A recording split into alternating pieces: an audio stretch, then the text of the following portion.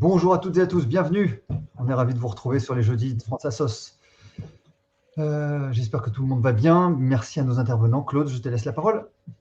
Bonjour, bienvenue à toutes et à tous les connectés, à ceux qui nous sont fidèles et à tous les nouveaux. Et bienvenue aussi à notre experte et à nos 3 experts qui sont sur la plateforme que je vais vous présenter tout à l'heure. Et Frédéric va vous faire un petit point technique auparavant. En quelques secondes, merci. C'est juste si vous êtes connecté, essayez de vous mettre plutôt sur Google Chrome et d'avoir des écouteurs et plutôt de connexion filaire que Wi-Fi pour bénéficier de la meilleure bande passante. Voilà, donc Google Chrome. Et si vous avez le moindre problème, reconnectez-vous sur le lien qui vous a été envoyé il y a à peu près 15 minutes pour pouvoir nous rejoindre. Bonjour, alors rebonjour à tout le monde. Je vous rappelle le sujet du jour, c'est Covid-19 et santé mentale, essentiellement essayer de comprendre pour les prévenir les effets de l'épidémie dans le domaine de la santé mentale, si toutefois cela est possible, et nos experts sont là pour répondre à vos questions. Donc je vous présente d'abord, je demanderai à chaque expert de faire un petit signe de la main pour qu'on les reconnaisse. Constance Flamand-Rose, c'est pas difficile puisque avec moi, nous sommes les 2 seuls représentants de l'agence féminine. Constance, vous êtes docteur en neurosciences et hypnothérapeute et vous êtes auteur d'un ouvrage très récent qui s'appelle Le corps et le seul langage qui ne ment pas, aux éditions Arène. Bruno Falissard, Bruno, vous êtes professeur en biostatistique et pédopsychiatre.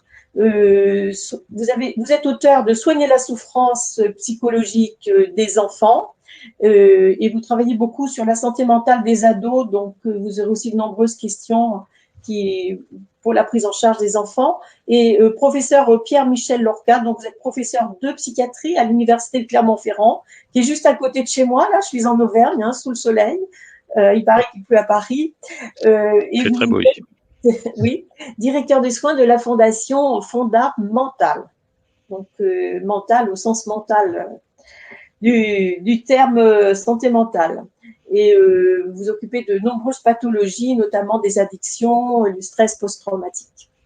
Donc, vous avez aussi sur la plateforme Jean-Pierre Thierry, qui est médecin de santé publique et conseiller médical de France Asso et qui est auteur de Trop soigner, rend malade. Donc, AVS médicalisation chez Albin Michel.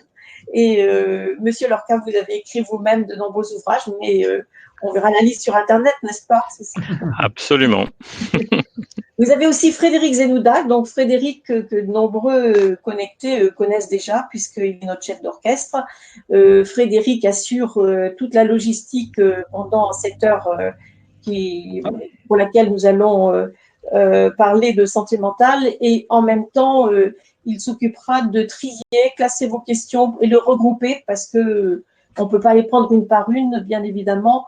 Nous sommes obligés de les regrouper. Mais il y a aussi, qui n'est pas sur la plateforme, mais qui est là, qui nous écoute et qui participe, notre président, Gérard Raymond, président de France Asso Santé.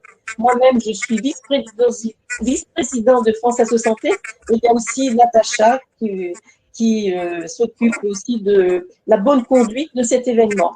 Donc, en attendant que les premières questions arrivent, peut-être donc chacun répondra à toutes les questions s'il le souhaite, il n'y a aucun problème. Je vais vous en poser la première parce que cette épidémie, on peut avoir 2 types de troubles mentaux, mais vous me reprenez si je me trompe. Y a-t-il des troubles qui sont directement liés à la Covid? Est-ce que la Covid en elle-même peut provoquer un trouble psychique ou un trouble mental? Et puis, il y a les troubles qui sont dus, bien entendu, à toutes les mesures sanitaires qui ont été prises, comme le masque, le confinement, l'isolement, voilà. Donc, voilà, ce ne sont peut-être pas tout à fait les mêmes troubles. Donc, la première question, est-ce qu'il y a vraiment des liens entre certaines souffrances psychiques et qui sont liées directement à l'infection à SARS-CoV-2, c'est-à-dire à la Covid-19? Qu'est-ce qui répond en premier? Pas moi.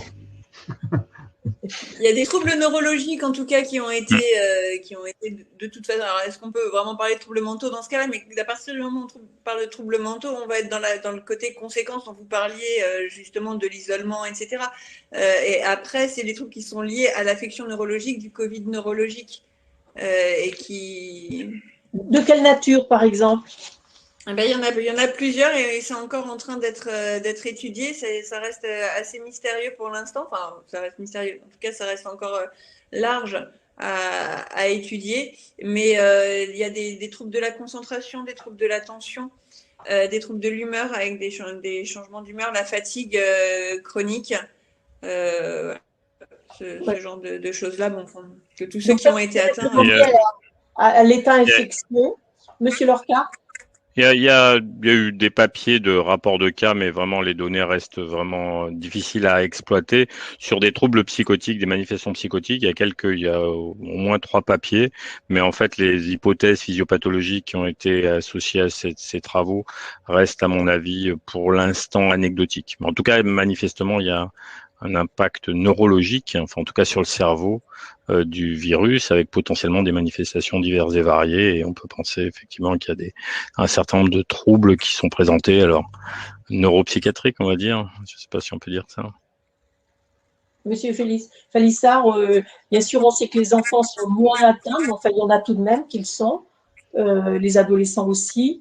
Est-ce qu'on peut dire aussi qu'on a des troubles directement liés à l'infection? Ça a pu arriver, mais c'est vraiment pas le problème. Non, je suis d'accord. Le virus a un tropisme cérébral, c'est connu. Par exemple, il y a une perte de l'odorat et du goût qui est très fréquente, hein, et l'odorat, c'est directement lié au cerveau. Donc oui, il y a un tropisme cérébral. Donc du coup, il y a des répercussions neuropsychiatriques.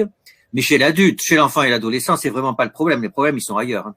D'accord. Et Jean-Pierre Thierry, qui fait pour nous une veille internationale, est-ce qu'il y a des choses dans la littérature à l'étranger qui pourraient évoquer un lien? Oui, on est revenu effectivement lié à la perte de ce que vient de dire Monsieur Falissard. Oui. Donc les théories sont juste ébauchées, il n'y a pas trop d'explications. Ce qui ressort beaucoup comme conséquence à long terme dans ce qu'on appelle le Covid long, c'est ce qu'on peut traduire par brouillard cérébral. C'est-à-dire beaucoup de gens se plaignent d'une perte d'attention, des problèmes de concentration. Alors, le problème, moi, je suis pas psychiatre, donc je distingue mal ce qui relève de la psychiatrie, mais ce qu'on voit très souvent aussi chez tous ceux qui font un Covid, il y a quand même encore plus de gens déprimés, anxieux que dans le reste de la population. Alors oui, effectivement, ce terme de brouillard cérébral est assez utilisé, on le voit quand on fait une table ronde ou des conférences avec les cas de Covid long. Qu'est-ce qu'il y a dessous? Qu'est-ce que ça signifie un brouillard cérébral? Ça se manifeste par des... Non, mais vous savez, par exemple, c'est connu depuis longtemps. La mononucléose infectieuse, ça donne une atteinte cognitive qui peut être très longue. Hein. Donc, c'est pas étonnant que des virus puissent, par un mécanisme inflammatoire ou autre, puissent conduire à des altérations du fonctionnement cognitif. Alors, on va passer aux questions. Frédéric, les premières questions. Les premières questions, c'est de savoir quelles sont les manifestations physiques des troubles mentaux qui sont observés. Les manifestations physiques? Oui.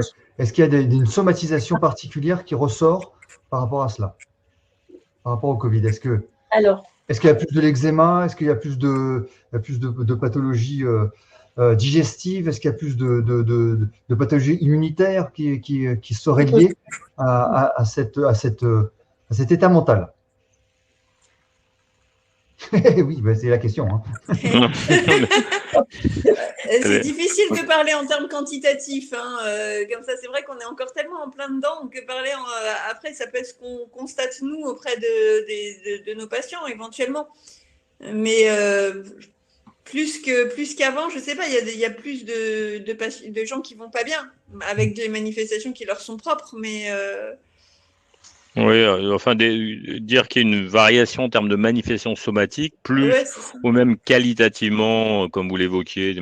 Moi, j'ai pas observé, et j'ai pas connaissance, mais j'ai pas une connaissance exhaustive de la littérature, mais j'ai pas observé, moi, dans les patients que j'ai pu suivre qui ont été atteints par la Covid, alors, et je parle pas par rapport au confinement, mais vraiment par rapport à la maladie, de manifestations somatiques puisque c'est ça la question particulière.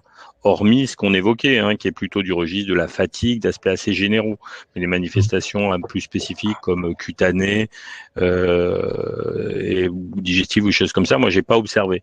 Après, voilà, ça reste très limité à ma casuistique personnelle, ce qui est pas forcément très universel. Est-ce qu'il y a des typologies ou des profils particuliers qui sont mis en exergue dans cette population que vous pouvez consulter? Est-ce qu'il y a... qui ont souffert de la Covid? Moi, j'ai vu plusieurs types de patients de ce type-là. Donc, soit des patients qui avaient un trouble psychiatrique et qui ont présenté la Covid, assez peu. Et en fait, je dirais dans l'ensemble des patients que je suis en consulte, puis en fait dans le service dont j'ai la responsabilité, ça n'a pas été très fréquent, comme on l'avait, comme une constatation qui a été faite, et avec plutôt quelle qu'en soit la cause, ils en a beaucoup glosé là-dessus, mais plutôt peu des formes peu graves. On avait mis en place tout un dispositif pour des formes graves, oxygène, réanimation, etc., qui a été assez peu utilisé par rapport au nombre de cas qu'on a eu et qui étaient des formes moins graves. Donc ça, c'est le premier élément. Et par contre, moi, j'ai vu pas mal de patients, on va dire, post-Covid, avec vraiment des tableaux dépressifs réels, des tableaux ressemblant, alors non, c'est difficile de savoir, qui ressemblent à du stress post-traumatique, mais vraiment dans une logique plutôt associé aux conditions d'hospitalisation, réa, etc. Et en particulier après la première vague, on a vu vraiment des tableaux, une recrudescence de ce type de tableaux, et donc là qui sont directement liés, en tout cas à l'épisode aigu qui ont conduit à le passage en réanimation et à la stratégie de traitement. Dire que c'est lié juste à la maladie et que c'est pas corrélé aussi à ce qu'on peut vivre lorsqu'on est dans une situation en réa, etc. Je pense que ça serait délicat de le dire. En tout cas, moi, c'est ce que j'ai constaté. Donc, et ça, on a quand même vraiment des tableaux qui sont apparus beaucoup plus fréquents et centrés sur ce vécu-là. Monsieur Falissa, peut-être vous avez quelque chose à rajouter? Alors, chez les enfants, la plupart des formes, c'est asymptomatique. Donc, mes patients qui ont eu le Covid, quand je leur dis alors ça fait quoi, ça fait rien. Et en général, les parents l'ont eu aussi. Et donc là, par contre, ils sont inquiets pour leurs parents. Et ça a été, de mon point de vue, le principal problème des enfants. C'était l'inquiétude pour les parents. Pour eux, alors la question se pose pas du tout. Et puis sinon, dans la littérature, c'est vrai que un des facteurs de risque très important de décompensation anxio-dépressive, c'est d'avoir eu quelqu'un qui a eu le Covid dans la maison, alors qu'on s'y attendait pas tant que ça. Et est-ce que ça peut se prévenir, par exemple? Est-ce qu'il y a est-ce qu'on peut, quand on connaît ces situations? Alors franchement, pour le prévenir, il aurait fallu qu'on se mette tous d'accord pour dire que nous allons faire face à l'épidémie et que ça sert à rien d'en rajouter. C'est un moment difficile, c'est vrai. On est malheureux, c'est vrai. Il faut pas en rajouter sans arrêt dans les médias à dire que ça va mal et que ça va aller encore plus mal, etc. Parce qu'à force de le dire, ça se réalise. Donc moi je pense que la première des préventions, c'est de dire que quand ça va mal, on fait bloc et on essaie de se soutenir les uns et les autres. L'information est très anxiogène et elle génère elle-même effectivement des difficultés psychiques. Autre question, Frédéric? Il y a un terme qui revient assez souvent, c'est la peur. Donc d'une part, c'est la peur de manquer et l'autre, c'est la peur de mourir. Est-ce que le corollaire de cela, c'est de savoir est-ce que ça a entraîné des décompensations supplémentaires sur certaines typologies de pathologies? Oui. La peur, c'est une émotion normale. On a peur de quelque chose qui est redoutable. C'est donc logique d'avoir peur. À mon avis, la peur, ça entraîne une situation de stress. Un stress continu entraîne une augmentation de risque d'avoir des pathologies psychiatriques. Et quand on est soi-même porteur d'une pathologie psychiatrique qui peut entraîner une vulnérabilité, ça peut dire qu'on tombe malade, mais qu'on peut être éventuellement plus sensible à, forcément être confronté à des situations. La peur était beaucoup liée aussi à un niveau d'incertitude important important et je pense que la peur, on redoute véritablement quelque chose qui existe et qui est vraiment redoutable. Et en plus, on a une incertitude sur ce qui peut se passer. Je crois que ça entraîne ce stress et ce stress peut entraîner beaucoup plus de décompensation. Donc après, il y a pas mal d'études qui ont été pas mal faites en France, dans le monde entier, etc. Et on voit après qu'on a des facteurs de protection qui sont évidents et des facteurs de risque qui sont évidents. Avoir une maladie psychiatrique, avoir qu'il y a le bulletin épidémiologique hebdomadaire avait fait une publication, on voyait que une extraction de l'étude Coquelicot qui montrait que avoir consulté un professionnel de la santé mentale dans les 6 mois précédant l'épidémie est un facteur de risque d'avoir une décompensation ultérieure, enfin des manifestations ultérieures.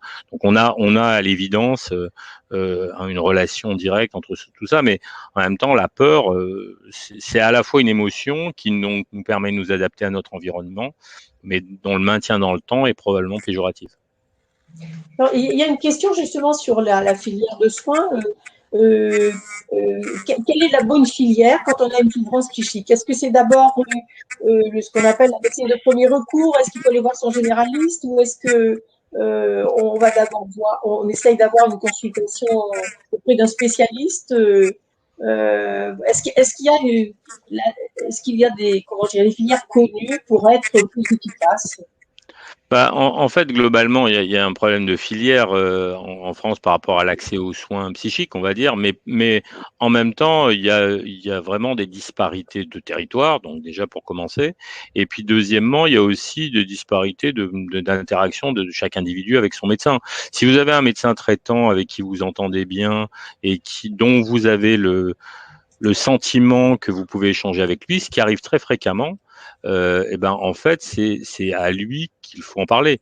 Il y a des médecins traitants qui ont des modalités de pratique qui sont pas forcément basées sur l'écoute. C'est pas un jugement que je porte, mais il y a des variations et on peut avoir le sentiment de pas être entendu. Dans ce cas-là, c'est plus délicat parce que le médecin traitant, il y a une sorte de logique naturelle. Après, les autres filières, elles sont vraiment compliquées. La filière psychiatrique directe, il y a beaucoup d'endroits en France où elle est hyper embouteillée, public et privé. Donc en fait, c'est pas une structure de recours. Les professionnels de la psychologie sont tout à fait efficaces, mais la problématique est toujours la même, c'est le problème du remboursement. Donc en fait, on est vraiment. Alors, il y a eu beaucoup de dispositifs basés sur l'utilisation des dispositifs d'écoute qui se sont mis en place avec des possibilités de référence, etc., des efforts qui ont été faits, mais on reste quand même sur une organisation du soin qui est assez. En France, on aime à penser que notre République donne les mêmes possibilités à tout un chacun. En expérience, c'est pas tout à fait aussi simple que ça. Je veux dire, on fait beaucoup d'efforts pour faire ça, mais le résultat est pas tout à fait à hauteur de ce qui est dit. Et je crois qu'on le constate tous les jours. Donc voilà. Moi, je pense quand même que malgré tout, les médecins traitants, mais ça dépend un peu du lien avec eux. Je me répète, mais c'est quand même des professionnels de santé qui peuvent aider. Et certains ne sont pas forcément très sensibles aux faits psychiques. Ça, c'est une autre histoire. Et pour les enfants, Bruno Falissard, ça se passe comment l'entrée dans la... Alors pour les enfants, le système de soins, c'est encore pire que pour les adultes. La saturation du système de soins pédopsychiatriques, vous savez que le nombre de consultations en pédopsychiatrie dans les 10 dernières années a augmenté de 50% et le nombre de pédopsychiatres a été divisé par 2. Donc vous voyez à peu près où on en est. Alors, j'ai envie de dire que si vous voulez, en plus, la hiérarchisation des soins en pédopsychiatrie, c'est encore plus compliqué parce que les enfants sont au contact des enseignants aussi, des infirmières scolaires et des médecins généralistes, vous voyez. Donc, il y a une palette d'intervenants qui est encore plus grande et qui a encore plus de mal à communiquer. Donc, moi, ce que je dirais, c'est que c'est quand même les parents qui sont en première ligne et qui doivent voir si leur enfant tient le coup ou pas. Et si ça tient pas le coup, on va consulter bien sûr le généraliste, le pédiatre quand on en a un, et pourquoi pas des psychologues. Bien sûr, c'est pas remboursé, mais c'est utile. Ou des hypnothérapeutes. Alors justement, j'allais poser une question. Bien, Constance, on va se tourner vers vous. Comment on fait pour accéder à un hypnothérapeute? Est-ce que c'est pris en charge par l'assurance maladie? Est-ce qu'il faut une ordonnance de son médecin, de son psychiatre même? Comment ça marche? Et ben un peu comme les psychologues, c'est-à-dire que non, c'est pas pris en charge par l'assurance maladie. Il y a certaines mutuelles qui peuvent de temps en temps prendre un petit peu en charge. Elles sont assez peu nombreuses, hein. Et il y a du coup pas besoin d'ordonnance du médecin ni quoi que ce soit. Ça peut être pas mal quand on est conseillé par son médecin parce que ça reste quand même une discipline dans laquelle on va se sentir plus à l'aise avec une personne qui nous a été conseillée par quelqu'un en qui on a confiance. Parce qu'on va dire hypnose et qu'on va voir le serpent de Mowgli ou un truc comme ça, quoi. Et du coup, on va avoir peur de perdre le contrôle ou des choses comme ça. Et donc, on va être beaucoup plus rassuré si on est adressé, si la personne a été adressée par quelqu'un en qui on a confiance. Juste une question, Claude. Oui, Jean-Pierre. Effectivement, il peut y avoir des problèmes d'offres et d'accès. L'OMS a remarqué que 7 pays sur 10 avaient eu recours à la télémédecine. Bon. Est-ce que vous, dans votre expérience, vous pensez que c'est une solution de faire de la télépsychiatrie ou de la télépsychologie, qui n'est pas remboursée d'ailleurs, ou d'autres choses? C'est quoi l'OMS? L'OMS, 7 pays sur 10 ont favorisé le recours à la télémédecine pendant la crise, en psychiatrie notamment. Ça a une fonction clairement dans la phase épidémique où les gens circulaient pas, etc. Après, moi, j'ai beaucoup utilisé. Hein. La qualité des plateformes s'est améliorée et donc comme là, on fait une visio et on arrive à faire un certain nombre de choses et c'est utilisé. C'était déjà utilisé. Moi, j'avais déjà des consultations en visio par rapport à des consultations de recours, par rapport à sur le territoire où je travaille, il y a des endroits qui sont un peu plus reculés quand ils ont besoin d'un avis référencé par rapport à ça. On utilise ça assez régulièrement. Après, la question, c'est que en fait, ça peut favoriser un accès, mais en même temps, ça règle pas le problème de la quantité de professionnels par rapport à aux besoins exprimés. Je veux dire, ça peut fluidifier les choses, ça rend plus facile les choses. Dans la situation-là, ça a permis Nous, on avait quand même malgré tout maintenu la possibilité de consultation en présentiel, y compris pendant le premier confinement, parce qu'il y a un certain nombre de patients pour lesquels et la prise en charge en hôpital de jour, c'était assez compliqué, c'était assez difficile à gérer pour plein de raisons, mais ça avait quand même une fonction sur des pathologies qui justifient aussi, qui sont pas forcément très au fait des technologies numériques, premier élément, et deuxièmement, qui justifient aussi d'avoir une possibilité de contact, etc., et par lequel c'est important. On a eu beaucoup de difficultés sur des pathologies un peu chroniques, ou par exemple, tout ce qui est du registre du support social, c'est-à-dire par exemple des patients qui sont sous mesure de protection, des choses comme ça, avec des organisations tutélaires qui ont fermé leurs portes littéralement et en restant en contact téléphonique plus ou moins. Vous vous retrouvez avec des gens qui n'ont pas de ressources et qui dont on doit gérer non seulement la peur de la maladie, mais une angoisse très réelle de savoir s'ils vont pouvoir manger le lendemain. Ce qui est assez compliqué quand même parce que voilà. Donc une fois de plus, les solutions sont pas très simples, hein, et ça. Je pense que moi, je l'ai expérimenté très directement, mais je pense que beaucoup de gens l'ont expérimenté et malheureusement, beaucoup de patients ont expérimenté cette complexité-là. Une fois de plus, c'est toujours la même chose. Hein, si on est bien équipé, riche et bien supporté socialement, on se débrouille assez bien pour trouver des soins. Voilà. Mais il n'y a pas que des gens qui sont dans ces conditions-là parmi les personnes qu'on est amené à soigner. Frédéric? Oui, en termes d'orientation, justement, les questions qui reviennent, hein, en résumé, c'est de ne pas savoir trop comment savoir qui choisir. C'est-à-dire, est-ce que mon cas procède plutôt de l'hypnothérapie, plutôt du psychologue, plutôt du psychiatre, plutôt de la chimie, enfin des médicaments. Comment on peut aider nos amis à s'orienter et à savoir de quelle thérapeutique ils peuvent recourir. En fonction des troubles qu'ils ressentent. Il y a des choses qui relèvent vraiment de l'aspect très médical et des choses qui relèvent aussi des préférences personnelles. C'est-à-dire aller voir un psychologue ou un hypnothérapeute, il y a des tas de gens qui n'en ont pas du tout envie et si leur médecin le leur conseille et qu'ils n'en ont pas envie, ça sert absolument à rien qu'ils y aillent. Enfin, c'est voilà. Oui, si l'indication est mieux posée ou mieux expliquée. Ah oui, après ça dépend effectivement comment est-ce qu'on pose les choses et comment est-ce qu'on les propose. Mais justement, Constance, si vous me le permettez, puisque vous avez la parole, c'est de nous expliquer peut-être en quoi l'hypnose après, si vous le permettez, on demandera aussi aux autres intervenants. Quels sont les patients qui s'orientent plutôt vers l'hypnothérapie? En quoi l'hypnose peut aider dans cette période?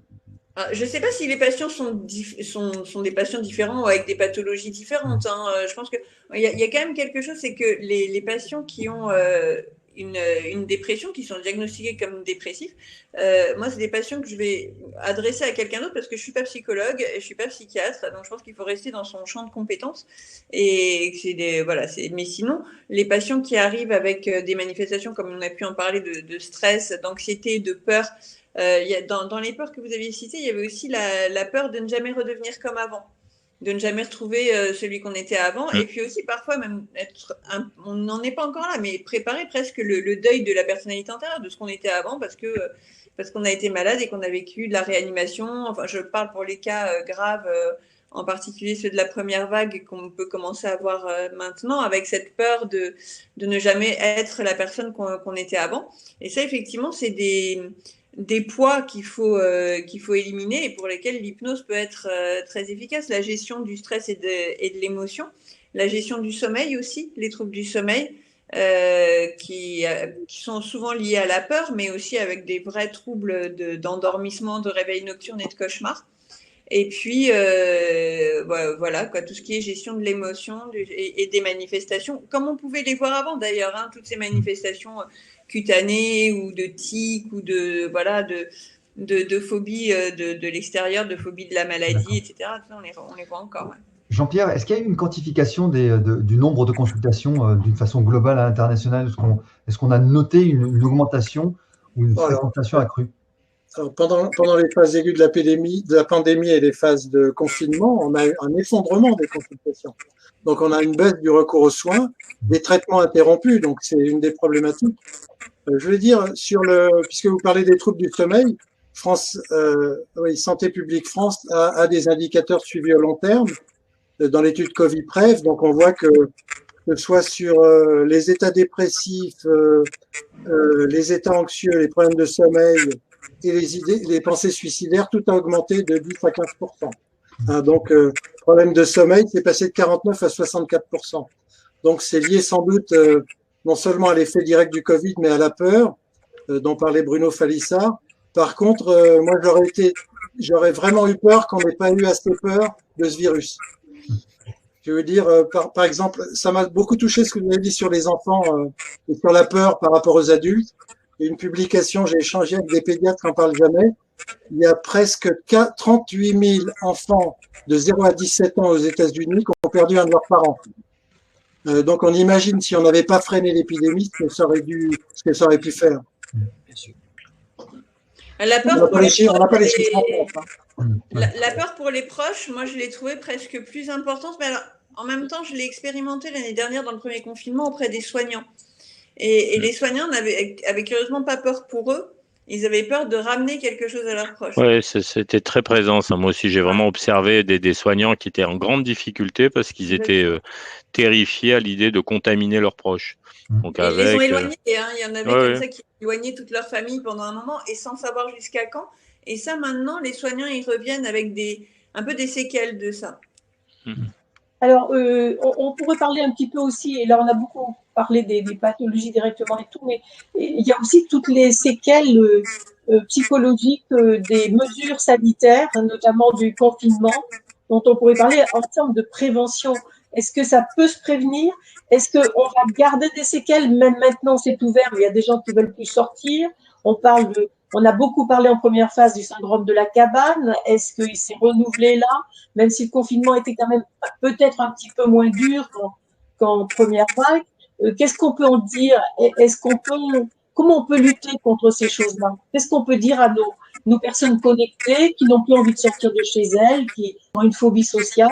On l'a observé, Monsieur Falissard, chez les enfants. Moi, j'ai des psychologues qui m'ont beaucoup parlé d'enfants qui voulaient plus retourner à l'école. Qu'est-ce qu'on peut faire? Quelles sont les pistes? Se faire vacciner? Oui, excellent. Alors, quand même, moi, j'ai eu beaucoup de patients qui allaient mieux pendant le confinement. Parce que quand on est autiste, quand on est hyperactif, les problèmes, ça vient de l'école. Et donc moi j'en avais en visio ou après. J'ai dit alors comment ça va? Un grand sourire. Mais alors quand même le masque et tout ça? Ben non, mon fiche. Et j'en ai même eu quand ils sont revenus à l'école en juin, qui ont été félicités par leurs enseignants parce qu'ils avaient très bien travaillé, mieux que les autres pendant le confinement. Et donc avec l'estime de soi qui revient, etc. Alors après, ce qui est sûr, c'est que pour les enfants, les adolescents, la première source d'anxiété venait de l'environnement, c'est-à-dire en particulier pour un enfant a peur quand ses parents ont peur. Si ses parents vont bien, il n'a pas peur parce que ses parents sont tout puissants pour lui. Ses parents sont des référents absolument magiques. Si eux, ils sont solides, lui, il est solide. Alors bien sûr, c'est pas facile quand on est parent, en télétravail, avec l'école à la maison, dans un petit appartement, c'est compliqué d'être en plus fort pour ses enfants. Je le reconnais. Alors pour les ados, ben, c'est pareil. C'est pareil. Alors c'est vrai. Alors on a dit ah oui mais ils ont plus de rapport de contact entre eux, etc. C'est un peu vrai, mais un peu vrai seulement parce que vous savez maintenant on a ils sont habitués à avoir des contacts à distance, donc ils ont continué à avoir des contacts avec leurs amis, etc. Alors par contre il y a eu un impact sur les apprentissages, ça c'est clair. C'est-à-dire on va avoir une cohorte d'enfants qui ont moins appris. Et ça, pour eux, c'est difficile. Et il y a eu des inégalités. Alors, le problème numéro 1, c'est les inégalités. Hein, ça, c'est complètement clair. Et puis après, pour répondre directement à votre question, oui, il y en a peut-être, je pense que c'est plus les adultes que les enfants qui ont du mal à revenir. Mais là, on fait comme on fait dans les thérapies cognitivo-comportementales. Hein, c'est l'exposition. Il faut y aller petit à petit. Il faut revenir. Il faut accompagner. On prend par la main. On dit, ben voilà, tu vas sortir et regarde, c'est bien, il fait beau. Et les conseils que vous donnez, c'est petit à petit de retourner à l'extérieur, élargir son périmètre. Voilà, c'est un principe classique. Hein. Quand il y a un stimulus anxiogène et que c'est pas une pathologie grave comme on a là, alors il faut s'exposer progressivement et en fait on se rend compte que on y arrive et plus on y arrive, moins on a peur. Et du coup, on s'expose à des stimulus encore plus anxiogènes et à la fin c'est fini. Monsieur Lorca? Oui, enfin, je pense que ça s'applique de manière assez large. Hein. Alors effectivement, pour les enfants, il y a la notion d'accompagnement, mais je veux dire globalement, l'exposition progressive, c'est un élément qui permet de faire évoluer les choses. Donc je pense qu'il faut c'est toujours pareil. Alors, il faut pas dire il faut parce que ça donne l'impression d'une injonction absolue, mais je pense qu'il est important d'essayer de lutter contre ça progressivement et en élargissant progressivement le périmètre. On reste quand même dans une situation qui, même si plein de gens se satisfont de la situation et arrivent à évoluer, il y a quand même beaucoup de gens qui restent extrêmement inquiets et avec un niveau d'incertitude qui reste quand même très présent. Donc, la question, c'est d'arriver petit à petit à équilibrer entre les signaux d'incertitude que nous envoie notre environnement, puis la manière dont on se sent par rapport à ça. Ce qui est vraiment pas simple. Donc, ça demande. C'est vraiment un élément important d'avoir une bonne qualité d'environnement. Le support, le soutien de ce qui nous entoure est quand même essentiel dans ces moments-là. Et c'est un facteur assez discriminant par rapport à la souffrance ressentie et aux conséquences qu'elle peut avoir entre les gens qu'on observe assez largement dans notre pratique en tout cas et dans notre environnement personnel. Quels conseils vous donneriez, Constance? J'ai quand même noté moi qu'il y avait une différence entre les gens qui s'en plaignaient après le premier confinement, enfin après la première vague et le reste. Ça a été vraiment des périodes totalement différentes. Et du coup, c'est compliqué de donner, je trouve, un conseil global. Après le premier confinement, il y a quand même des gens qui, même pendant, qui ont trouvé qu'il y avait une certaine excitation de la nouveauté. Et puis et tout ce qui est ressorti de positif de ça, de soutien, d'entraide, c'est les applaudissements, les chansons sur les balcons, tout ça, c'est resté des choses très très positives. Et je dis ça parce qu'à l'hôpital, j'ai bien vu, au deuxième confinement, on les avait plus les viennoiseries le matin, on les avait plus les pizzas, on n'avait plus tout ça. C'était bien sympa d'ailleurs à l'époque. Et du coup, les gens n'arrivent pas avec la même anxiété maintenant. Donc effectivement, faire les choses progressivement et essayer de retrouver du plaisir. Mais le déconfinement a été tellement progressif, on est tellement allé un pas en avant, 3 pas en arrière, etc., que ressortir et retrouver du plaisir, c'est compliqué, parce qu'on commence à en retrouver, puis paf, on referme la porte. Là, manifestement, ça commence à se décaler un peu. Donc, c'était surtout la patience, moi, essayer de trouver du plaisir dans l'immédiat, dans ce qu'on pouvait trouver autour de nous, essayer de trouver des choses effectivement qui sont différentes, mais trouver des choses satisfaisantes et plaisantes dans l'immédiat. Et se dire que ouais, ça finira par s'arranger, mais effectivement, ne pas savoir quand était un vrai problème. Si on le peut, ne pas se priver, quoi. Claude? Le plaisir. Ouais. Jean-Pierre Thierry, en santé publique, est-ce qu'il y a des conseils basiques de vie quotidienne, par exemple, qui peuvent améliorer, je sais pas, l'alimentation ou, on fait plus les apéros en visio qu'on a fait en première fois. Juste rebondir sur ce qui a été dit deux fois. C'est la relation entre l'impact du Covid et les inégalités. Et en réalité, c'est exactement ça, parce que il y a des gens qui vont se trouver très bien, par exemple, de plus commuter 3 heures par jour pour aller au travail, et avec la perspective de rester 2 à 3 jours par semaine en télétravail et puis prendre les transports en commun. Donc, il y a un côté paradoxalement un peu positif que les gens peuvent trouver. Et à côté de ça, je pense que les effets les plus négatifs, on va le trouver dans les populations les plus défavorisées, comme d'habitude, mais avec une intensité qu'on ne doit pas sous-estimer. Hein. Je pense, enfin, sous votre contrôle au plan psychiatrique, mais dans tous les plans. Et évidemment, d'abord, à commencer par ceux qui ont été touchés le plus durement sur le Covid, parce qu'en réalité, c'est d'abord les populations défavorisées. Si on croise avec des données ethniques qui existent aux États-Unis, en Angleterre, c'est assez flagrant, quoi. Et donc, je dirais en termes aussi peut-être de recours psychiatrique, il y a sans doute des populations qui devraient être ciblées d'emblée, parce que c'est celles qui ont le plus souffert. Pour les autres, je pense qu'il y aura un retour peut-être progressif à la vie normale. D'ailleurs, en essayant de conserver paradoxalement ce que le confinement a apporté de bien. Vous savez, par exemple, les gens ont plus cuisiné quand ils l'ont pu. Ils ont évité les transports en commun. Une certaine classe de la population a habité avec leurs enfants alors que c'était pas prévu pendant 1 an. Donc tout ça, ça va produire du bien. Bon, avec quand même, ça sous-tend la peur, mais et à l'inverse, les gens qui sont dans les petits appartements à 4, 5, 6, il y a eu des problèmes de violence, on le sait. Peut-être de recours, la dictologie a pu prendre sous le contrôle de Monsieur Lorca. Juste pour terminer aussi sur cet aspect Janus, les adolescents sont restés connectés à leur réseau grâce aux outils et aux smartphones, et en même temps, là aussi c'est inégalitaire, les usages problématiques de l'Internet vont toucher une partie de la population, hein, et sans doute accompagnés d'états dépressifs, notamment chez les filles sur les réseaux sociaux, et chez les garçons avec les jeux vidéo, avec le binge. Enfin, bon, c'est sous votre contrôle, je m'avance un peu là. Claude, oui, il y a vraiment beaucoup de questions sur le coût d'une consultation en psychologie et le fait d'une prise en charge. Alors, je vois un forfait psychologique d'urgence à destination des enfants et adolescents déployé sur l'ensemble du territoire. Il permettra la prise en charge à 100% de 10 séances d'accompagnement psychologique sans avance de frais. Donc, un entretien initial, bilan et jusqu'à 9 séances prise en charge. C'est quelque chose qui est, voilà, pour rassurer Guy et d'autres personnes rassurer, informer plutôt.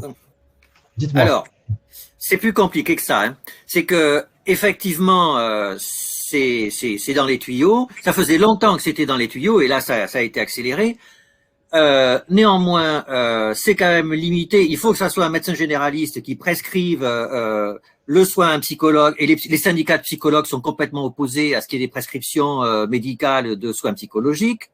C'est remboursé 23 € la demi-heure brute, c'est-à-dire sans les charges, etc. Et les syndicats de psychologues sont aussi complètement vent debout ça. Et puis en plus, il y a une expérimentation. Il y a des départements, par exemple dans les Landes, où c'est en cours d'expérimentation. Bah, tout simplement, il n'y a pas de psychologue. Donc du coup, oui, c'est bien. C'est-à-dire, enfin, il y a eu un élan pour essayer de débloquer la situation, mais le chemin a été fait à moitié. Et c'est combien une consultation de psycho en général? Ça dépend. Ouais. Ça dépend effectivement de l'endroit. Je veux dire, dans le 7e arrondissement de Paris. À Paris, c'est pas pareil, ouais. Qu'à Aurillac, il n'y a pas de doute. Et là, pour vous donner un ordre d'idée, les mutuelles ont décidé de suivre l'élan et de rembourser 4 ou 5 séances à 60 €. Ouais, c'est 60 €. Enfin, généralement, c'est entre 50 et 70 € dans les prix, on va dire, Clermont-Ferrand, ville moyenne, pas très cher, etc. C'est ce que ça coûte. C'est généralement autour de 60, 70 €. À Paris, c'est autour de la psychologue, c'est autour de entre 90 et 100 € à Paris. Ouais. Oui, c'est ça. Et l'hypnose? Pour une durée de. Pardon. Pour une durée de. La durée d'une consultation, c'est combien? Entre 45 minutes à peu près. Oui, 45 c'est minutes. ça, en général, enfin, clairement, c'est ça, tous les psychologues qui travaillent, ça, c'est 45 minutes et c'est, comme je disais, 60 €, 70 €, enfin, en fonction de. Il y a une question, je vais reprendre Frédéric, qui est plus tournée vers, on parle de la maladie d'Alzheimer, etc. Et, on a il y a eu beaucoup de souffrance dans les EHPAD parce qu'ils ont découpé les visites des familles. C'est pas tout à fait revenu à la normale, il ne faut pas croire. On a énormément de remontées d'informations chez nous sur ces questions de coupure avec les familles. Comment, je ne vais pas dire qu'est-ce qu'on peut faire parce que là, vous ne pouvez rien faire, c'est très administratif et on essaye, nous, de notre côté, de faire ce que l'on peut pour améliorer ça. Mais quelles sont les séquelles à long terme qu'il peut y avoir? Est-ce que, par exemple, ne plus voir sa famille, ça peut provoquer un syndrome de glissement, faire mourir les gens Ah bah oui.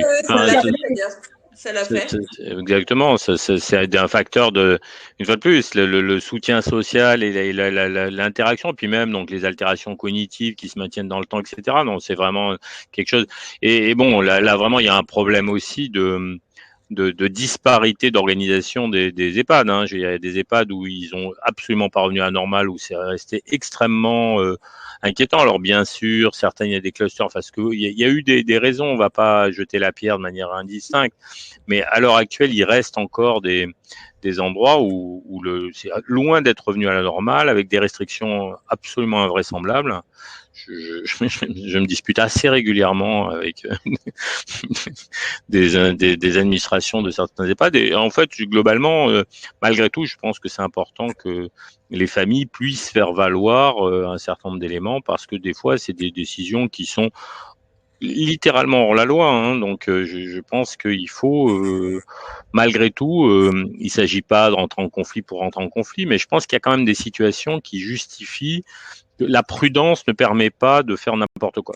Ça, c'est quelque chose qui a été beaucoup souligné par contrôleur des libertés par rapport aux lieux de privation, non, pas, contrôleur général des lieux de privation de liberté, qui a souligné qu'il y avait une confusion entre le confinement, la protection et une privation qui n'a rien à voir de liberté.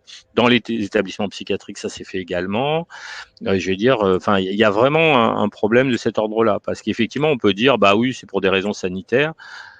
Il y a quand même un certain nombre de questions qu'il faut se poser, puis des balances qui peuvent être discutées entre, bien sûr, l'aspect sanitaire, puis bien sûr, le fait que se laisser mourir comme ça est un élément qu'on peut prendre en considération. Alors, ça a été traité, mais une fois de plus, de manière assez disparate, et ça reste extrêmement disparate. Ça, je crois que c'est un élément à souligner.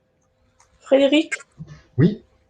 Y a-t-il des signes qui permettent de déceler des risques de troubles pouvant mener au suicide? Est-ce qu'on peut détecter des vulnérabilités de ce côté-là Passage à l'acte. Bah, malheureusement, les facteurs de risque identifiables, c'est premièrement l'existence d'antécédents de tentatives de suicide. Alors maintenant, ça a beaucoup été répété, mais ça vaut le coup de le répéter une fois de plus. Faire une tentative de suicide, c'est pas un appel à l'aide simplement, c'est pas pour faire peur, etc. C'est souvent quelque chose qui témoigne d'une propension à passer à l'acte. Et en tout cas, qu'il y a un facteur de risque de mourir par suicide. Ça, c'est un premier élément. Avoir des antécédents familiaux de suicide, c'est un facteur de risque, je veux dire, ça accroît le risque. Et puis ensuite, c'est vraiment les idées suicidaires persistantes, les idées de mort persistantes. Alors, il y a une sorte de gradation, je ne vais pas rentrer dans les détails un peu techniques d'identification, mais des gens qui avoir des idées de se dire j'aimerais bien pas me réveiller demain matin, c'est une idée de mort. Tout le monde a eu des idées comme ça, à un endroit dans une difficulté de sa vie, et puis après, on se réveille, et puis on passe à autre chose. Je veux dire, quand c'est persistant, et quand on le partage, je pense que l'élément important, c'est de pas, quand quelqu'un partage ça avec nous, il faut essayer de. Alors nous, on n'est pas, enfin, moi, je suis professionnel de santé, donc je veux dire, je sais quoi faire par rapport à ça, et encore, c'est pas aussi simple que ça. Quand on n'est pas professionnel de santé, je pense qu'il faut quand même encourager les gens à avoir quelqu'un, les accompagner si besoin. Enfin, je veux dire, il y a vraiment, il meurt presque 10 000 personnes par an en France de suicide. Il y a une diminution il y a des efforts qui ont été faits. Par rapport à d'autres pays, on est quand même en retard par rapport à la prévention, et je pense qu'il reste quand même des efforts importants. Et par exemple, par les personnes âgées, il y a une augmentation du risque suicidaire après 70 ans, avant on vivait, on mourait avant, donc on se posait pas la question. Maintenant, je veux dire, c'est une vraie donnée épidémiologique, et en fait, ça veut dire que on dit oh, les personnes âgées. Bah si, les personnes âgées se suicident. Et donc, en fait, alors après, on peut toujours se poser tout un tas de questions, mais moi, d'un point de vue médical, je pense que c'est quelque chose qui relève du soin. Chez les adolescents, on a observé une augmentation du taux de suicide, M. Palissard? Non. En France, en 2020, il y a eu moins de suicides qu'en 2019. Voilà. C'est les données du CPDC. Et les passages aux urgences pour tentative de suicide, il y en a eu moins en 2020 qu'en 2019. Voilà. Donc, alors, en 2020, alors peut-être qu'au premier trimestre 2021, c'est pas pareil, mais c'est même pas sûr. Alors, après, d'abord, le facteur protecteur numéro 1 du suicide, c'est le support social, là aussi. Donc, c'est quelque chose qu'il faut cultiver encore plus. Alors, la spécificité du suicide de l'adolescent et de la tentative de suicide, c'est que, en fait, comme on n'en parle jamais du suicide, à table, on va jamais parler du suicide. Et donc, du coup, un adolescent qui commence à penser à sa mort, il pense qu'il est seul comme ça. Et donc, du coup, ça va prendre des proportions terribles. Et donc, en fait, figurez-vous que il faudrait de temps en temps à table dire, alors que si un artiste s'est suicidé, de dire, le suicide, ça existe. Et en fait, c'est un drame pour tout le monde. C'est-à-dire que celui qui se suicide, il se rend pas compte que toutes les personnes qu'il y a autour de lui, elles vont souffrir toute leur vie. Et puis après, de dire, et comment on s'en sort? Faut en parler. Et donc, on le dit comme ça. On le dit comme ça. Vous voyez, la porte est ouverte. Et puis, bien sûr, dès que le pied est dedans, on dit, écoute, oui, alors faut aller voir quelqu'un. Est-ce que, docteur Loca, vous avez parlé tout à l'heure de syndrome post-traumatique. Est-ce que, à cet égard, les techniques courtes ou les TCC, techniques cognitivo-comportementales, sont efficaces? Quelqu'un nous a posé la question de l'EMDR avec une éventuelle. Oui, hier, dans le cadre de la Fondation fondamentale, on a eu une magnifique conférence d'un collègue de Hollande qui montrait les techniques de MDR et leur efficacité. Et en fait, oui, c'est vraiment une technique qui. Alors après, il y a plein de débats sur comment ça marche, qui est vraiment une question. Excusez-moi, mais beaucoup de personnes ne savent pas ce que c'est. Alors le MDR, c'est une technique qui consiste à faire des mouvements des yeux en latéral en règle générale, et en fait dans un contexte donné, et en fait il y a vraiment des hypothèses physiopathologiques qui sont très débattues, voire controversées, et ça a été développé il y a un certain nombre d'années initialement aux États-Unis, et donc c'est une technique qui est assez codifiée et qui montre des résultats très intéressants dans le stress post-traumatique, l'authentique stress post-traumatique, c'est-à-dire la présence des éléments notamment de reviviscence, etc.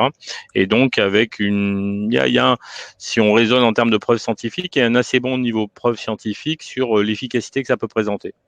Après, voilà, et donc c'est quelque chose qui se pratique vraiment assez régulièrement. Alors, moi, je suis pas un spécialiste de l'EMDR. Moi, dans le service que je dirige, il y a deux personnes qui, justement, font spécifiquement ça. Et en fait, il y a des variations techniques sur lesquelles moi, je pourrais pas vraiment rentrer dans les détails. Mais, et c'est pareil, il y a quand même toujours des questions à se poser. Enfin, il faut s'interroger sur quelle est la formation qu'a reçue les gens qui proposent de faire de l'EMDR quand on veut on peut. Qui sont proposés. Mais je pense vous n'allez peut-être pas être d'accord avec moi, mais je pense qu'il faut être quand même soignant à la base pour se former à des thérapies qui soignent. Voilà. Oui. On peut avoir énormément d'empathie pour les gens et d'avoir envie d'aider, etc. Il ne faut pas oublier qu'on a des gens en face de nous qui sont en souffrance. qui vont pas bien et que voilà, c'est pas. Alors évidemment, si on se concentre sur l'arrêt du tabac ou je sais quoi, bon, d'accord, admettons, mais là, en tout cas, pour ce qui nous occupe, c'est voilà, faut vraiment avoir quand même un bagage de soignants un peu solide avant de Oui, proposer ce genre de thérapie. Je veux dire, moi j'ai mis en place un certain nombre de diplômes universitaires qui permettent de développer des TCC, de l'hypnose, etc. Mais globalement, justement, un des prérequis, c'est que les gens sont des soignants. On a beaucoup de demandes de gens qui sont intéressés par ça, qui ont tout un tas de formations autres. C'est ni bien ni mal, hein, simplement. La pratique soignante, c'est une pratique, comme son nom l'indique, spécifique, avec des éléments professionnels et en fait avec des règles assez générales. Hein. Les soignants ont tous des points communs dans la manière dont alors les formations sont différentes, mais dont on essaie de penser la relation au patient. C'est des choses qu'on apprend. Nous, on l'a appris. Alors plus ou moins bien à la fac de médecine. Enfin, on peut débattre de ça, mais on l'a quand même appris. Oui, ça s'améliore largement. Ça s'est largement amélioré, Dieu merci. Mais disons, moi, à mon époque, on apprenait beaucoup sur le tas, entre guillemets. Maintenant, c'est beaucoup plus structuré, c'est beaucoup mieux. Et ça, c'est vraiment un élément important. Donc, je partage parfaitement ça. C'est pour ça que je dis, il faut quand même vérifier tout à l'heure, on disait comment choisir. On peut se renseigner sur les formations des gens qu'on va voir. Et je pense que quand les gens ont une formation spécifique, il y a un titre de psychothérapeute, je veux dire, qui a été... Bruno a beaucoup œuvré à l'époque, suite à l'expertise collective de l'INSERM sur la validation des psychothérapies il y a 20 ans. Ensuite, il y a eu l'élaboration d'un titre de psychothérapeute il y a 10 ans maintenant, avec une loi et donc des caractéristiques. Et pour être psychothérapeute, il faut avoir soit être soignant, soit avoir un volume de formation extrêmement important. Ça se compte en centaines d'heures. Donc, c'est un élément important parce que, je veux dire, c'est réglementé, pas pour rien. Je veux dire, c'est aussi le contexte dans lequel on est. Alors, il y a beaucoup de gens qui peuvent s'intituler soignants. Il faut être prudent avec ça. Je veux dire, dans la logique véritablement des pathologies qui sont apparues au cours de cette épidémie. Hein. On a des vraies maladies. Je veux dire, c'est pas simplement un sentiment de difficulté passager. On a tous traversé dans cette période des moments de difficulté passager, mais il y a des gens qui sont vraiment malades, authentiquement malades, et qu'il faut repérer. Parce que la question à la base, c'était de savoir si au moins les TCC étaient efficaces.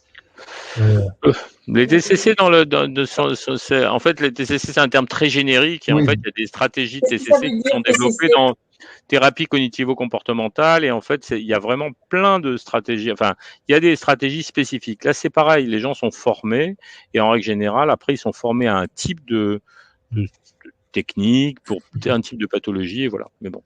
Il y a une contestation. Alors, oui, faites gaffe quand même parce que on voit ça partout. Les TCC, ça marche.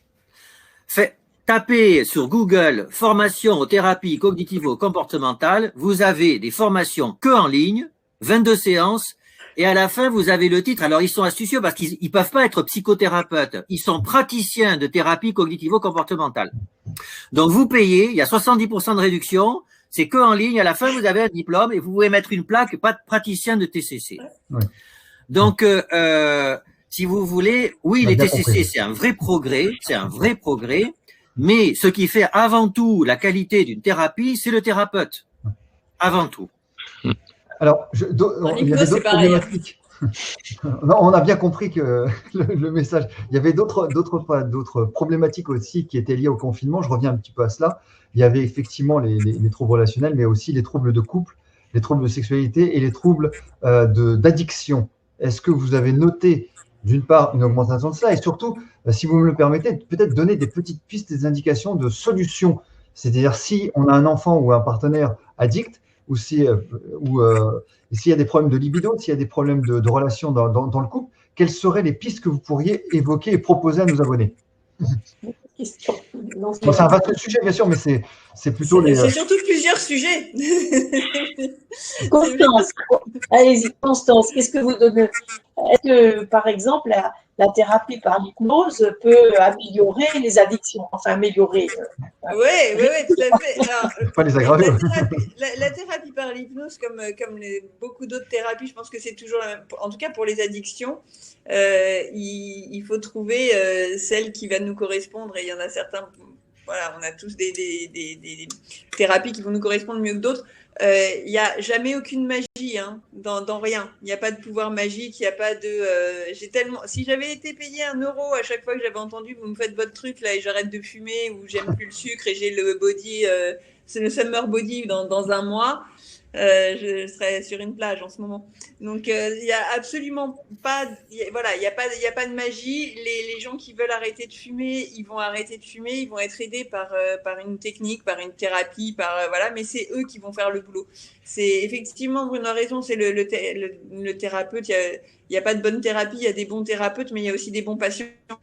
Et en tout cas pour ce qui est de l'addiction, et c'est tellement dans l'hypnose, parce que je vais parler de ce que je connais, mais c'est tellement le boulot du patient qui est guidé, mais c'est lui qui fait le travail s'il n'a pas envie de le faire. En addiction comme en sexo, finalement, ça prendra pas. Donc oui, il y a plein de trucs à faire. Moi, j'ai été une très mauvaise thérapeute parce que j'ai déconseillé à tous les patients d'essayer d'arrêter de fumer pendant le confinement. C'était trop. Ça fait trop de choses. Il faut faire une chose à la fois. La contribution qu'on peut avoir quand vous évoquiez, quand vous avez un partenaire qui a un problème d'addiction, etc., c'est surtout l'élément principal, c'est le niveau de motivation. Et en fait, c'est la manière dont on peut. Les gens n'arrêtent pas de fumer, de boire ou de manger pour quelqu'un d'autre, ils arrêtent pour eux. Mais je veux dire, à un moment donné, le repérage de l'existence d'une super... les gens pensent qu'ils font ça pour quelqu'un d'autre, mais finalement, ça marche pas quand c'est ça. Donc, en fait, déjà, le repérage, par exemple, de l'augmentation de la consommation d'alcool, c'est non neutre. Je veux dire, c'est-à-dire, on peut repérer. Le problème principal, par exemple, pour l'alcool, c'est disponible partout. En fait, boire, c'est socialement plutôt assez valorisé. Bruno, qui est un œnologue distingué, vous expliquera à quel point c'est important de boire du bon vin, mais il n'a pas de souci d'addiction. Puis il y a 10% des gens, quand ils boivent, ils n'ont pas le même niveau de maîtrise que les autres. On ne sait pas. La cigarette, par contre, on a quand même un peu un tueur en série dès qu'on en allume. Ah, tout à fait. Mais c'est vrai que l'alcool, c'est socialement plutôt valorisé, c'est problématique de repérer ce qu'on peut appeler les abus. Et je veux dire, il y a vraiment, quand on augmente sa consommation, et dans le confinement, on a eu quand même pas mal de gens qui ont augmenté leur consommation. Alors, quand vous n'êtes pas spontanément prédisposé à développer des conduites addictives, normalement, vous normalisez les choses. Il y a des gens qui, malheureusement, et on ne peut pas le déterminer à l'avance, en fait, sont plutôt plus vulnérables. Et dans un contexte où ils augmentent leur consommation, ils peuvent avoir ensuite des difficultés, entre guillemets, à normaliser ça. Et ça, c'est plutôt le repérage, et l'entourage joue un rôle là-dedans. Après, c'est compliqué, tu bois trop, ça suffit. C'est pas forcément une injonction qui est facile à entendre. Donc voilà, mais c'est quand même quelque chose qui, de toute façon, quand on vit avec quelqu'un et que on pense qu'il boit trop ou elle boit trop, c'est qu'on l'a repéré et que c'est une réalité, je veux dire. Mais on n'est pas obligé. Comment on fait avec ce truc-là? Est-ce qu'on le met sous le tapis? Est-ce qu'on se dit non, c'est pas grave? Comment on l'aborde? Est-ce que ça entraîne de l'agressivité ou pas? Enfin, c'est une vraie question. Peut-être le premier truc, c'est de se dire, si je repère ça, comment je fais avec ça? Après, par rapport à arrêter pour quelqu'un ou arrêter pour soi-même, moi c'était vraiment un concept avec lequel j'étais à 100% d'accord il y a encore peu de temps. Et un jour, il y a un monsieur qui est venu me voir pour arrêter de fumer par amour. Et il m'a dit que c'était ça sa motivation. C'était parce qu'il voulait faire plaisir à sa femme et qu'il aimait suffisamment sa femme. Et j'ai trouvé ça tellement mignon. Et jusque-là, ça fait 1 an et ça tient. Alors moi, je vais vous raconter une anecdote. Quand je fumais et quand j'avais 28 ans, mon père était très inquiet pour moi. J'avais dit, moi, j'étais inquiet pour lui parce qu'il était en surpoids. Il m'a dit, je lui ai dit, si tu perds 10 kilos, il devait perdre 10 kilos, j'arrête de fumer. Et en fait, il a perdu 10 kilos, mais à l'époque, j'habitais au Canada. Et en fait, à ce moment-là, il m'a dit, j'ai su après qu'il avait perdu les 10 kilos. Il me dit, non, mon chéri, je t'aime trop, je ne veux pas te le dire, ça, parce qu'en fait, je voulais pas que tu t'arrêtes de fumer. Je savais que c'était difficile pour toi. Et ça m'a tellement fait plaisir que j'ai arrêté de fumer. J'ai jamais refumé depuis. Mais voilà. On peut, donc, je suis un exemple, mais sincèrement, j'étais pas un vrai addict. Je le dis parce que la facilité avec laquelle j'ai arrêté de fumer, j'étais un peu pénible pour un truc, et à ne pas recommencer à fumer, ça n'a rien à voir avec les gens qui sont vraiment addicts. Les gens qui ont un vrai problème d'addiction. Moi, je peux raconter ça, c'est super facile pour moi, mais je pense que moi, tous les gens que je vois qui ont d'authentiques problèmes d'addiction, malheureusement. Malheureusement. Il y a une question, je voudrais une question C'est une intéressante. jolie histoire pour eux, mais ça reste une addiction redoutable, très difficile à gérer. Il y a une question intéressante pour Monsieur Falstar, je pense. Est-ce qu'on va assister à une génération d'enfants hypocondriaques? Non, je pense pas, mais par contre, on va assister à une génération d'enfants différents, ça, il n'y a aucun doute. Vous voyez, pour moi, il y a eu des chocs systémiques dans la société comme après 68. Vous voyez, les jeunes après 68 n'ont pas été pareils qu'avant. Oh. Eh ben, ça va être complètement différent, mais après le Covid, les jeunes ne seront pas pareils. Et surtout, ce qui l'a catalysé, c'est l'angoisse climatique. C'est-à-dire que l'épidémie est arrivée juste au moment où les jeunes étaient extrêmement sombres, extrêmement mobilisés pour le climat. Et le mélange des deux fait qu'on va avoir des jeunes beaucoup plus lucides, beaucoup plus sérieux, moins frivoles, et ça sera sûrement comme ça. Jean-Pierre? Ben, je dois dire d'abord que s'il fait 13 degrés ou 14 degrés à Paris, qui est vraiment un temps pourri, c'est qu'en ce moment, il fait 32 en Sibérie. Donc, quand ça s'inversera, on risque d'avoir super chaud. Mais non, je voudrais terminer en disant, vous avez parlé des addictions. Moi, j'étais resté sur l'idée que seulement 10% des addicts en France étaient pris en charge correctement. Donc, à quoi on doit s'attendre à la sortie de crise pour la partie de la population qui devrait être pris en charge notamment en psychiatrie, et comment vous voyez se dérouler les choses? À quoi on doit s'attendre? On doit s'attendre, je le dis en souriant, ça ne va pas me faire sourire. On s'attend aux difficultés qu'on rencontre et il y a une mobilisation, une prise de conscience de la société autour des problématiques psychiatriques, mais est-ce que ça sera traduit dans les faits par quelque chose qui permettra de renforcer les soins en psychiatrie? On évoquait tout à l'heure un exemple assez simple, le remboursement des psychothérapies. Je vais dire, même si c'est quelque chose qui est dans les tuyaux depuis des années, expérimenté 10 fois, etc., on se retrouve toujours dans la même situation. Probablement parce qu'on vit dans une société tellement sophistiquée qu'elle a de la peine à passer à l'acte simplement pour des choses comme ça. Donc en fait, les intentions sont une chose, la réalité en est une autre. Donc moi, globalement, tout de suite, je suis pas super pessimiste. Alors, voilà quoi. Mais parce que c'est naturellement, je suis pas pessimiste. Mais est-ce que je suis optimiste sur la manière dont on va réussir à faire face à ce qui nous attend? Vraiment, je n'irai pas jusque-là. Il y a une dernière question peut-être, Claude, on arrive au terme, c'est sur Alzheimer qui a été posée souvent. Est-ce qu'il y a une décompensation particulière qui a été observée ou pas? Chez les malades, de manière... je ne suis pas sûre que ça ait été observé directement sur le plan neurologique, mais sur le plan dont vous avez... Enfin, ça, honnêtement, je ne suis pas sûre. Mais sur ce dont vous avez... à part ce dont on a parlé tout à fait au tout début, sur le déclin cognitif lié à l'aspect très neurologique du Covid, mais je pense surtout que c'est tout l'aspect glissement des patients qui ont été seuls. Mais je ne suis pas sûre que ce soit lié à Alzheimer en particulier. Pour les patients qui étaient de toute façon isolés, qui étaient dans les EHPAD ou les choses comme ça, que les choses se soient accélérées, que le processus démentiel se soit accéléré un petit peu par l'isolement et par le manque de stimulation cognitive, c'est fort, ouais, clairement. Là, on arrive au terme. Là. Il y a peut-être une question très générale, peut-être quand même. Est-ce que la pandémie a majoré les troubles psychiques globalement? Vous disiez que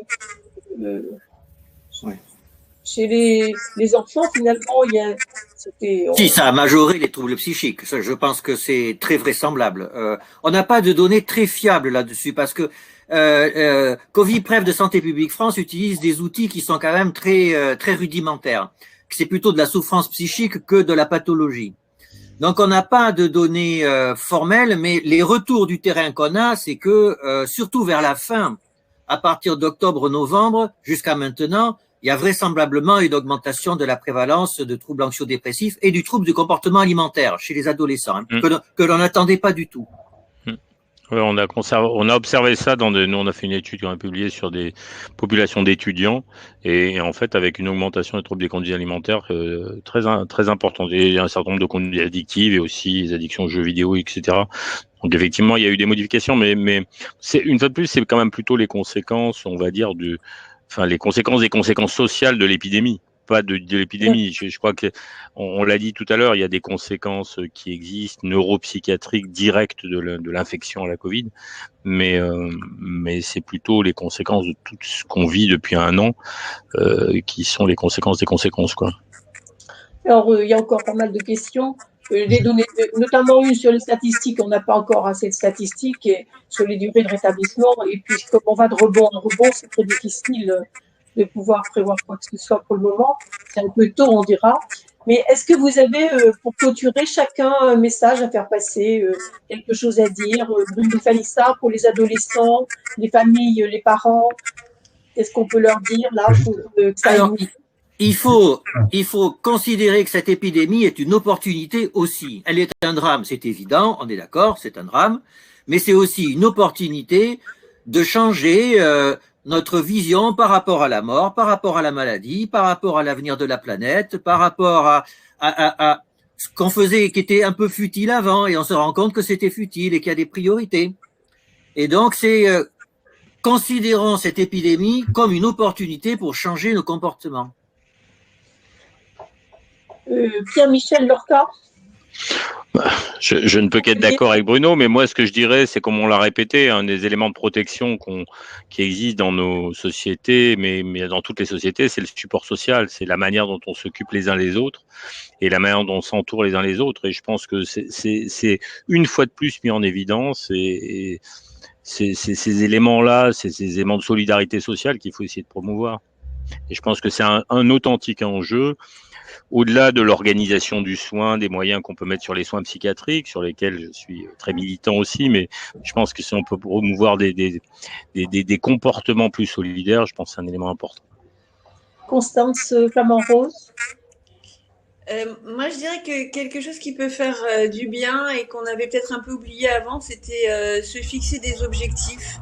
Se fixer des objectifs agréables, un objectif qui soit professionnel, personnel, des petits, hein, même pas forcément avoir des objectifs de grandeur, et voilà, mais se fixer des petits objectifs et puis essayer de se visualiser une fois qu'on l'aura atteint et les petites étapes qui vont nous permettre d'y arriver et se donner une espèce d'ouverture comme ça pour ne plus être dans l'entonnoir dans lequel on a été, mais au contraire d'inverser un petit peu le sens de l'entonnoir et de voir un peu plus loin. Ça permet de se projeter, quoi. Faire des petits projets, se projeter en avant.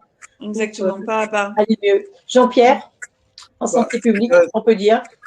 Sur la sortie de cette pandémie, c'est un grand progrès médical assez classique, je dirais, avec les vaccins en réalité. Donc ça, c'est ce que je retiendrai. Donc on a quand même une sortie de crise. Sur le plan de la santé publique, je suis tout à fait d'accord sur l'opportunité, y compris au niveau économique d'ailleurs, curieusement, parce que reconsidérer notamment la dette, c'est assez intéressant ce qu'on a vécu, hein, puisque du jour au lendemain, la dette était plus un problème. Donc quand on va sortir de la crise, ça va être très intéressant de voir comment les cartes seront rebattues. Mais dans ce contexte, pour le Covid spécifiquement, il faudra réintégrer sur des données fiables l'échelle d'inégalité en réalité dans les populations touchées. Parce que je pense que ce soit en psychiatrie ou sur la partie médicale du Covid, il y a d'énormes différences si on considère ces données, notamment socio-professionnelles, économiques, de niveau, etc.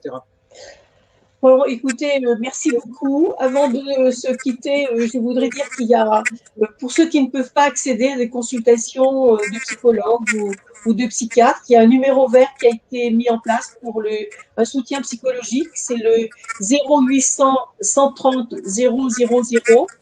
On va vous le mettre en ligne. Natacha, si tu nous écoutes, tu peux le mettre en ligne. 0800 130 000.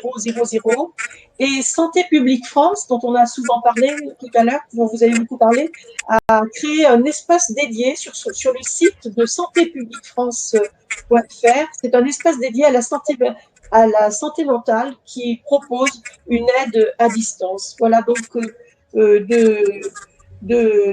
pas de solutions, mais en tout cas 2 pistes pour vous aider si vous ne pouvez pas accéder à une consultation de spécialistes et si vous ne savez pas où vous orienter, en tout cas, là, on pourra vous aider à vous orienter. Bien entendu, on ne vous donnera pas un traitement, on vous aidera à vous orienter, évidemment. Donc, nous allons achever ça. Le prochain webinaire sera sans doute dans un mois, puisque maintenant, nous espérons quand même déconfiner pour quelques semaines. Et il sera sans doute orienté sur le bien-être. Qu'est-ce qu'on peut faire pour aller mieux? Vous savez qu'on avait déjà fait un l'année dernière, à peu près à la même époque, sur tout ce qui était alimentation, sommeil, exercice physique. Donc, très certainement, le prochain sera là-dessus. Je vais voir ça avec toute l'équipe de France Asso. Frédéric, tu vas peut-être, oui, tu vas le replay. Juste dire que vous aurez accès au replay de ce webinaire dès demain sur le site de France Asso Santé, pardon, et qu'on se retrouve le mois prochain avec grand plaisir. Alors, merci à tous les quatre. Merci à Constance Flamand-Rose, qui est hypnothérapeute, à Pierre-Michel Lorca, qui est professeur de psychiatrie, et Bruno Falissard, qui est professeur de biostatistique et pédopsychiatre. Merci infiniment. Et à une prochaine fois, sans doute. À une prochaine fois, merci. Jean-Pierre, normalement, tu as toujours le mot. Jean-Pierre, on le matin. Il n'y a pas de problème. Excuse-moi, Jean-Pierre. Voilà. Il a été dit dans les commentaires que c'est un sujet difficile et je crois qu'on s'en est bien sorti. Enfin, j'espère que ce sera intéressant pour tout le monde. Bonne soirée. Merci. Bonne soirée. Bonne soirée. Au revoir. À bientôt, merci. Merci.